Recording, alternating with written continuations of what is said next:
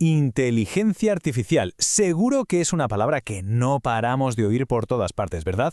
Pero bueno, es mucho más que una moda. Es una fuerza que está rediseñando nuestra sociedad, desde las cosas más pequeñas del día a día hasta los grandes cambios. Vamos a meternos de lleno en cómo está pasando todo esto y sobre todo qué supone para nosotros. Y aquí está, yo creo, la pregunta del millón. ¿Estamos hablando de una simple mejora tecnológica como tener un móvil más rápido o de algo que de verdad va a cambiar las reglas del juego por completo? Para encontrar la respuesta tenemos que mirar un poquito más a fondo, más allá de los titulares. A ver, para entender la que se nos viene encima, o mejor dicho, la que ya tenemos aquí, a veces lo mejor es echar la vista atrás. La historia nos dice que estas sacudidas tecnológicas no son nada nuevo, ¿eh? Ya pasamos del vapor a la electricidad y de ahí a los ordenadores. Pues todo apunta a que estamos en mitad de la siguiente gran ola, la cuarta revolución industrial. Lo que hace que esta etapa sea tan diferente es una palabra clave: convergencia. Ya no es una sola tecnología que avanza por su cuenta, no. Es la fusión de muchas. Es como si un montón de ríos diferentes de repente se unieran para formar un caudal gigantesco. Sistemas que conectan el mundo físico con el digital, que no solo ejecutan órdenes, sino que aprenden y se adaptan. Y el motor de todo esto, pues sí, es la inteligencia artificial. Y por eso mismo, esto de la IA no es un tema solo para, no sé, frikis de la informática o para las megaempresas. Se considera una tecnología de propósito general. Pensemos por un momento en la electricidad. No solo nos dio bombillas, lo cambió todo. Las fábricas, el transporte, cómo vivíamos. Pues bien, la IA tiene exactamente ese mismo potencial para transformarlo todo, en casi cualquier sector que se nos pueda ocurrir. Bueno, ya tenemos el marco general, pero vamos a bajar a tierra. ¿Cómo nos afecta esto en el día a día? Y claro, una de las primeras cosas que nos viene a la cabeza y que genera unas conversaciones de aupa es el trabajo.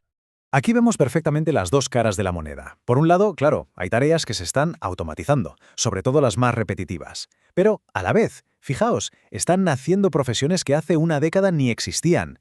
Hacen falta perfiles nuevos, gente que antes ni nos imaginábamos, supervisores de sistemas de IA, diseñadores de algoritmos éticos, especialistas en ciberseguridad.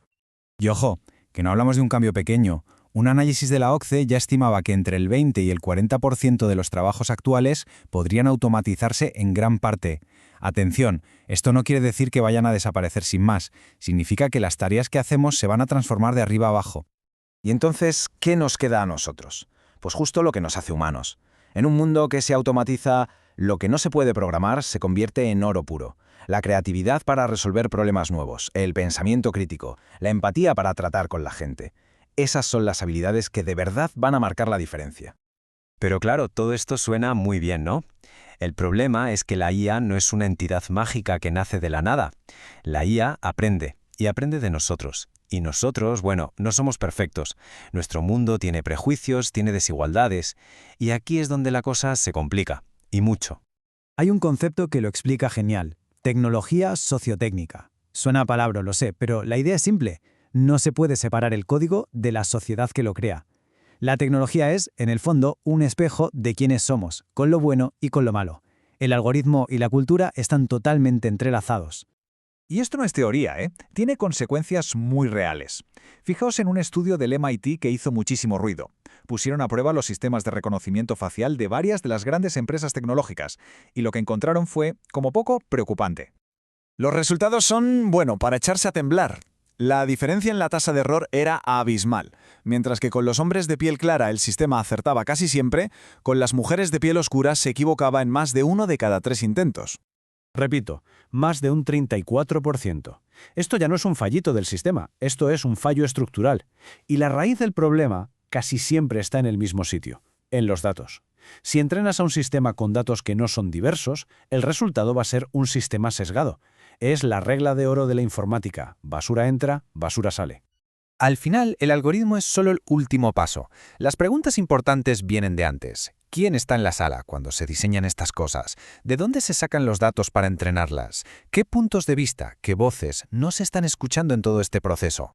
Vale, el panorama puede parecer un poco oscuro, pero la buena noticia es que ya hay gente moviéndose. Ya no estamos solo en la fase de señalar el problema, sino de arremangarse y buscar soluciones de verdad, tanto desde la ética como con leyes y normativas. En Europa, por ejemplo, tenemos la nueva ley de IA, y su enfoque es bastante de sentido común, la verdad. No trata a toda la IA por igual, sino que la clasifica por niveles de riesgo. Lo que es directamente peligroso para los derechos, como la puntuación social, pues prohibido. Y lo que es de alto riesgo, como usar IA para contratar a gente o para diagnósticos médicos, va a tener que pasar unos controles súper estrictos. Y esto conecta con una idea que es fundamental, la ética por diseño. La historia de siempre. No vale con construir el coche y luego pensar en ponerle frenos. Los frenos, la seguridad, la ética tienen que estar en los planos desde el primer día, desde la primera línea de código. En el fondo, de lo que hablamos es de llevar nuestros derechos de siempre al mundo digital. Cosas que nos parecen de cajón. Tener derecho a saber qué pasa con nuestros datos. Poder pedir explicaciones si un algoritmo nos deniega un crédito. Y, por supuesto, tener la garantía de que una máquina no nos va a discriminar. Y con esto llegamos al último punto, que quizás sea el más importante de todos. Porque entender de qué va esto de la IA ya no es cosa de ingenieros, se ha convertido en una cuestión de ciudadanía, de pura supervivencia democrática. Pensemos un momento en cómo nos informamos o qué vemos en las redes sociales.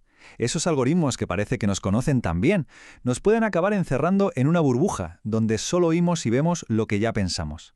Y claro, si cada uno vive en su propia realidad, ¿cómo nos vamos a poner de acuerdo en algo como sociedad? Por eso, hoy en día, saber de tecnología no es como saber de mecánica de coches, es como saber leer y escribir.